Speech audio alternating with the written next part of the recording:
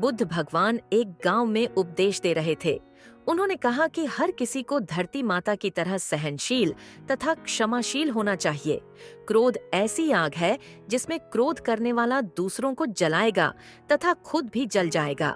सभा में सभी शांति से बुद्ध की वाणी सुन रहे थे, लेकिन वहां स्वभाव से ही अतिक्रोधी एक ऐसा व्यक्ति भी बैठा हुआ था जिसे ये सारी बातें बेतुकी लग रही थीं। वह कुछ देर ये सब सुनता रहा, फिर अचानक ही आग बबूला होकर बोलने लगा। तुम पाखंडी हो, बड्ढी बड्ढी बातें करना यही तुम्हारा काम है।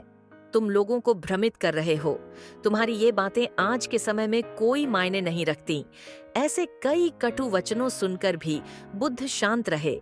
अपनी बातों से ना तो वह दुखी हुए, न ही कोई प्रतिक्रिया की। ये देखकर वह व्यक्ति और भी क्रोधित हो गया और उसने बुद्ध के मुंह पर थूक कर वहां से चला गया।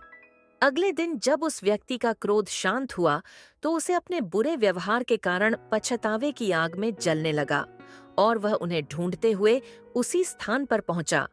पर बुद्ध कहाँ मिलते, वह तो अपने शिष्यों के साथ पास वाले एक अन्य गांव निकल चुके थे। व्यक्ति ने बुद्ध के बारे में लोगों से पूछा और ढूंढते ढूंढते जहां बुद्ध प्रवचन दे रहे थे वहां पहुंच गया। उन्हें देखते ही वह उनके चरणों में गिर पड़ा और बोला, मुझे क्षमा कीजिए प्रभु। बुद्ध ने पूछा, कौन हो भाई, तुम्हें क्या हुआ है, क्यों क्षमा मांग रहे हो? उसने कहा, क्या आप भूल गए? मैं वही हूँ जिसने कल आपके साथ बहुत बुरा व्यवहार किया था।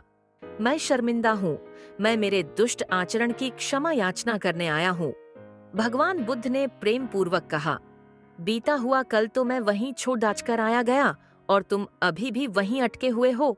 तुम्हें अपनी गलती का आभास हो गया, तुमने पश्चाताप कर लिया, तुम निर्मल हो चुके हो। अब तुम आज में प्रवेश करो। बुरी बातें तथा बुरी घटनाएं याद करते रहने से वर्तमान और भविष्य दोनों बिगड़ते जाते हैं। बीते हुए कल के कारण आज को मत बिगाड़ दो। उस व्यक्ति का सारा बोझ उतर गया। उसने भगवान बुद्ध के चरणों में पट डचकर क्रोध त्याग का तथा क्षमाशीलता का संकल्प लिया। बुद्ध ने उसके मस्तिष्क पर आशीष का हाथ रखा। उस दिन से उसमें परिवर्तन आ गया और उसके जीवन में सत्य, प्रेम व करुणा की धारा बहने लगी। मित्रों, बहुत बार हम भूत में की गई किसी गलती के बारे में सोचकर बार बार दुखी होते और खुद को कोसते हैं। हमें ऐसा कभी नहीं करना चाहिए।